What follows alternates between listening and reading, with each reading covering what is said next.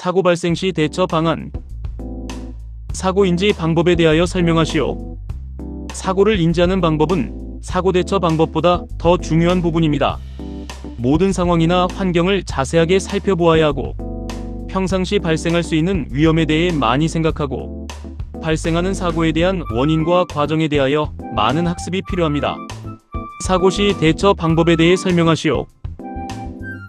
제일 먼저 사고자와 주위 상황을 살피고 119 신고를 한 뒤 응급처치 가능 여부를 판단합니다. 그리고 신고가 접수되었다면 구조자가 올 때까지 처치해야 합니다. 응급처치 요령에 대해 설명하시오. 심정지 환자의 경우 호흡 확인 후 바로 가슴 압박을 실행합니다.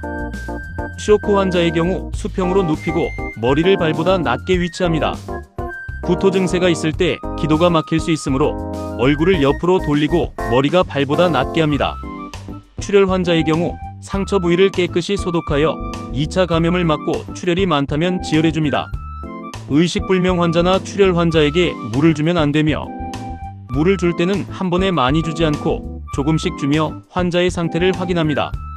부상자를 들 것으로 이동 시 발을 앞으로 향하게 해야 하며, 정상 체온 유지를 위해 환자의 몸을 따뜻하게 해야 합니다.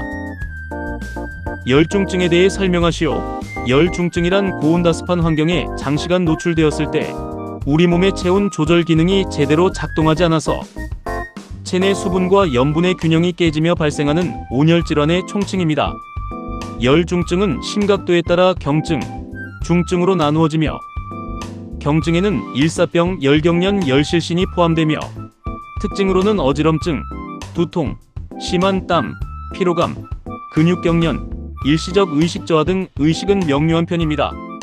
중증으로는 열사병이 있으며 40도 이상의 고열로 뇌기능 이상이 나타나는 게 특징입니다. 의식이 흐려져 말이 어눌해지거나 반응이 없으며 뜨겁고 건조한 피부로 땀이 나지 않을 수 있습니다.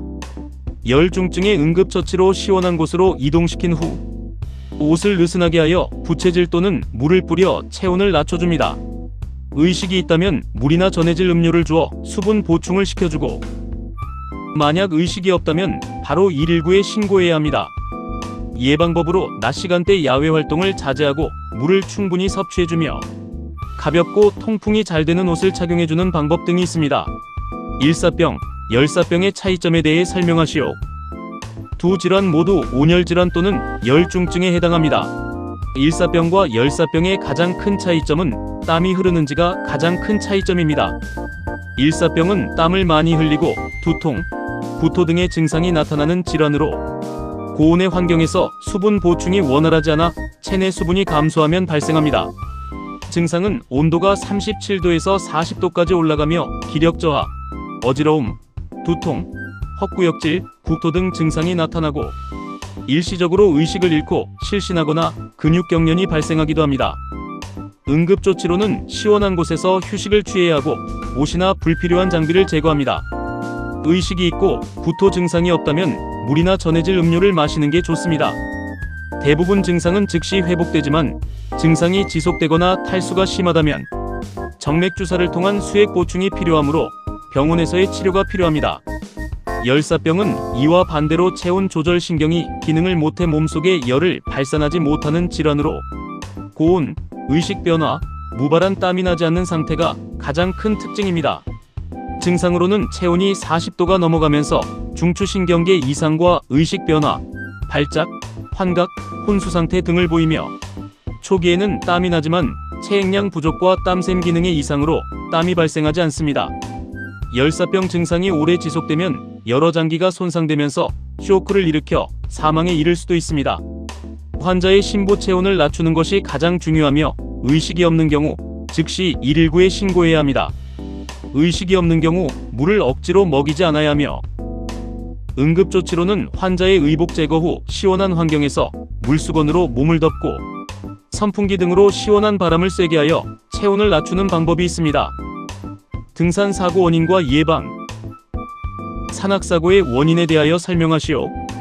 자연적 위험과 인위적 위험이 있습니다. 자연적 위험에는 기온 변화, 폭염, 폭우, 폭설, 태풍, 벼락, 안개 등 기상 요인과 산의 높이, 산사태, 낙석, 눈사태, 낙빙, 급류, 계곡 범람 등 지역 요인이 있습니다.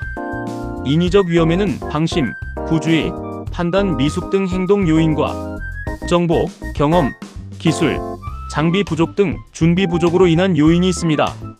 전문 등반의 경우 기술 및 장비 사용 미숙, 노후 확보물 사용, 밧줄 미사용 등의 원인도 있습니다.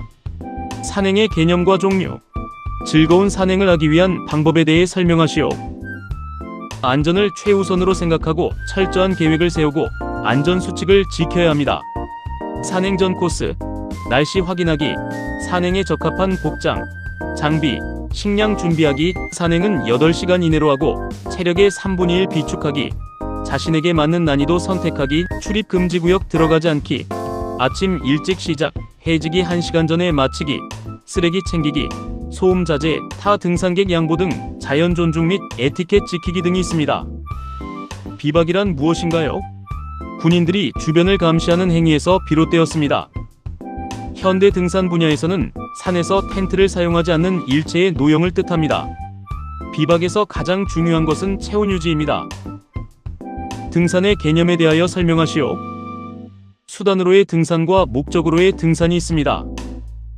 수단으로의 등산은 다른 목적을 이루기 위해 등산을 수단으로 이용하는 것을 뜻하고, 목적으로의 등산은 등산 자체를 목적이자 수단으로 이용하는 것을 뜻합니다. 목적으로의 등산에는 일반 등산, 모험 등산, 스포츠 등산이 있습니다. 목적으로서의 등산의 종류와 그에 대한 설명하시오. 일반 등산은 도보로 이동하는 등산이고 하이킹, 백패킹, 등산, 트레킹 등이 있습니다. 모험 등산은 손과 발, 기술과 장비를 모두 사용하는 등산이고 일반 등산과 구별하여 등반이라 합니다. 암벽 등반, 암릉 등반, 빙벽 등반 등이 있습니다. 스포츠 등산은 일정한 장소와 규칙을 만들어 우열을 가리는 등산으로 스포츠 클라이밍, 산악 마라톤 등이 있습니다.